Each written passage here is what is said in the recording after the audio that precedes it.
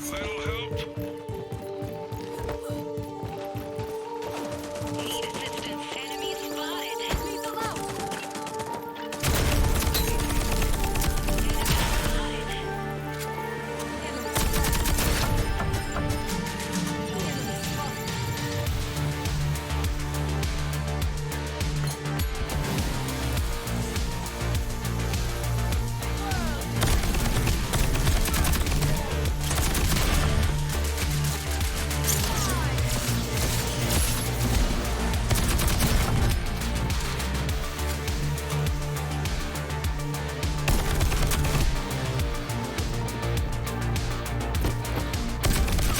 Enemies have been wiped out.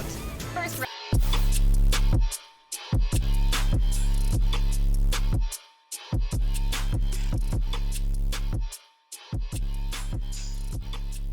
What is going on, everyone? Griffin here, coming at you with some Kestrel gameplay, and today we're going to be talking about Kestrel. Does she need a huge buff? Let's head over and check it out. So as you can see here, this is Kestrel in game. Currently, we're going to run through her kit, we're going to run through her abilities and everything, and we're going to give our thoughts on if she needs a buff and what could be done to make her a better character. So she's technically classified as a duelist. She has a speed of 3 and a toughness of 2.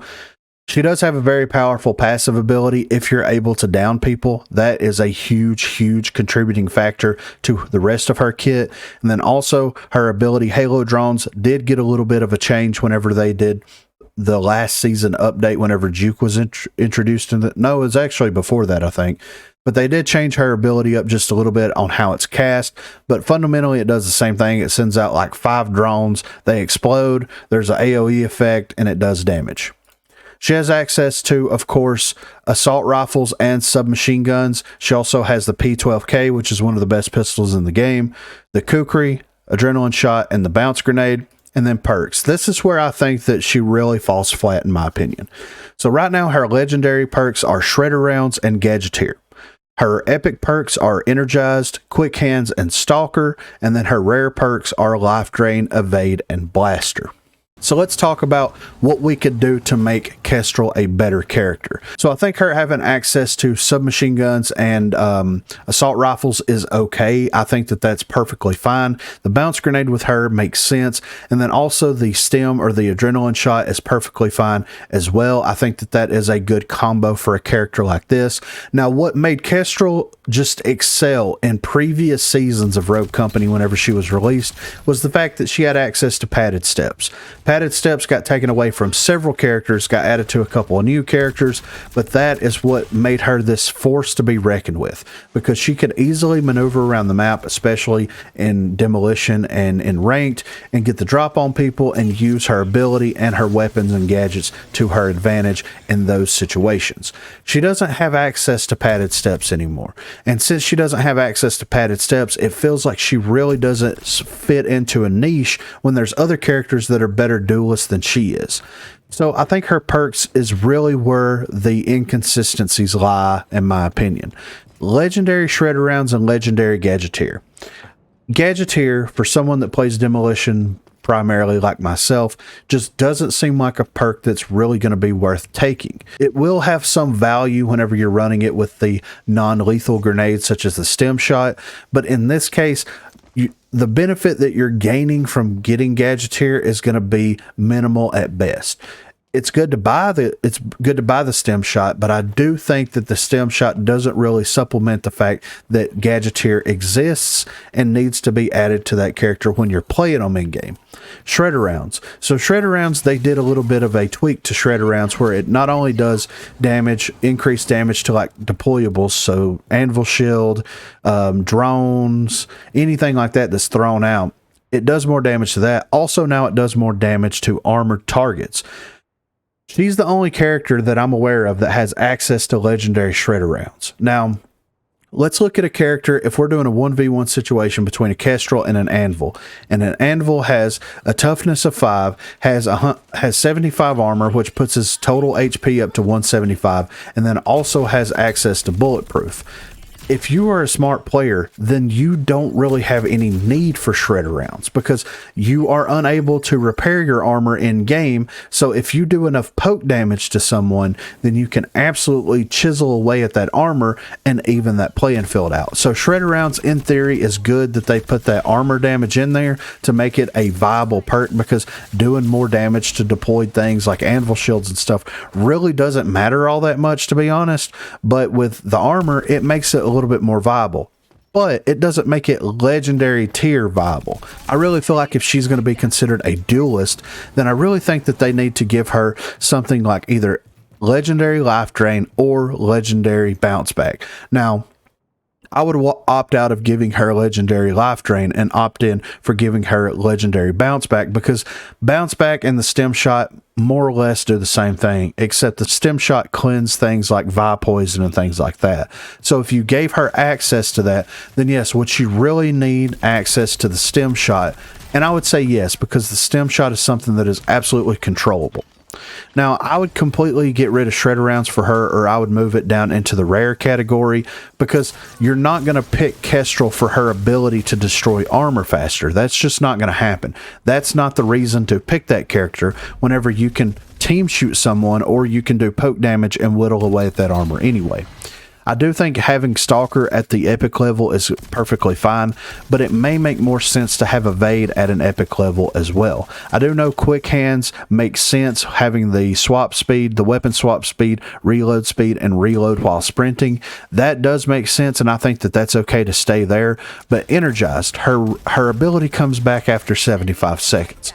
I know in Demolition environment, you really don't get it again unless you use it right out of the gate whenever the match starts. So you're going to get it back anyway at that point. So to me, if they're going to give her Energized, then they might as well drop it down to a rare or swap it out with something else.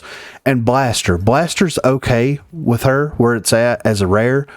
Doing 10% increased explosive damage, because she does have that explosive ability. She does have access to bounce grenades, but the AoE effect that the Halo drones actually have is large enough that Blaster is going to do more damage over time, but people are either going to dodge it, or once they get hit the first time, they're either low enough in health to go down, or they're in a situation to where they can't recover from this. So I think that leaving Blasters where it's at, moving Shredder rounds to rare, giving her legendary bounce back, and then moving Evade to epic and Energized to rare, or swapping Energized out with something else, would actually make her more of a viable character. She just doesn't have that survivability that some of the other characters have. Whenever you look at someone like Ronin, who in my opinion is one of the most well-rounded characters in the game, she has legendary shredder rounds as well, so I was wrong about that. But she also has legendary bounce back. You're going to use priority in your mind to actually dictate where you place your smart money at, and putting that money on bounce back over shredder rounds happens 9 times out of 10. And that's why I feel like Ronin, there's no increase or decrease of play rate with that character since the perk changes, and she's very viable in all game modes, and that's why. She has access to SMGs. She also has access to assault rifles, just like Kestrel. She has an ability that can be thrown and that either can be used as a mine, or you can directly hit people with, similar to what Kestrel can do. But once Kestrel's is done, it's done. She can throw hers, she can go pick it up off the wall, so there are some comparisons there. But whenever you look at Ronin's perk layout, it's so much better. You have legendary bounce back, you have epic blaster, you have epic gunsmith, you have epic nimble hands, you have rare tenacity, rare stalker, and rare energized. So if you took some of the perk layout that you have with Ronin and just applied it over to Kestrel, then it would make her a better character, and it would make her a more played character, in my opinion. Especially since Kestrel's passive ability gives her extra cash. Now here's something. Why can't Kestrel have 3 legendary perks? Why can't she be the only rogue that has access to 3 legendary perks? They can increase the price of one of the legendary perks and make it something almost specifically unique to her. But if you play her right, and if you actually go in for those downs to do more damage to get that extra cash, then you can afford it in the long run. So it encourages specific playstyle with Kestrel, but you don't have to go that route every single time. That's just the thought. I'm just throwing it out there. But be sure to let me know what you think in the comments down below. Do you think that Kestrel is good in the position that she's currently in, or does she need some type of a buff to make her a more viable character?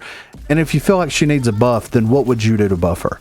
Be sure to let me know in the comments down below. Also, be sure to check that description for links to Facebook, Discord, and Twitter. Those are the places to contact me. And if you haven't already, please be sure to like and subscribe to the channel. If you've already subscribed, then consider hitting that join button to become one of the 256 crew members.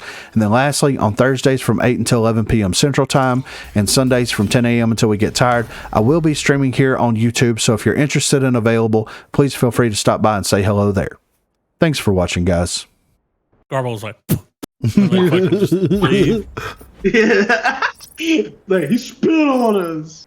Send their top player a message, Garbo, on PlayStation that just says PFFT.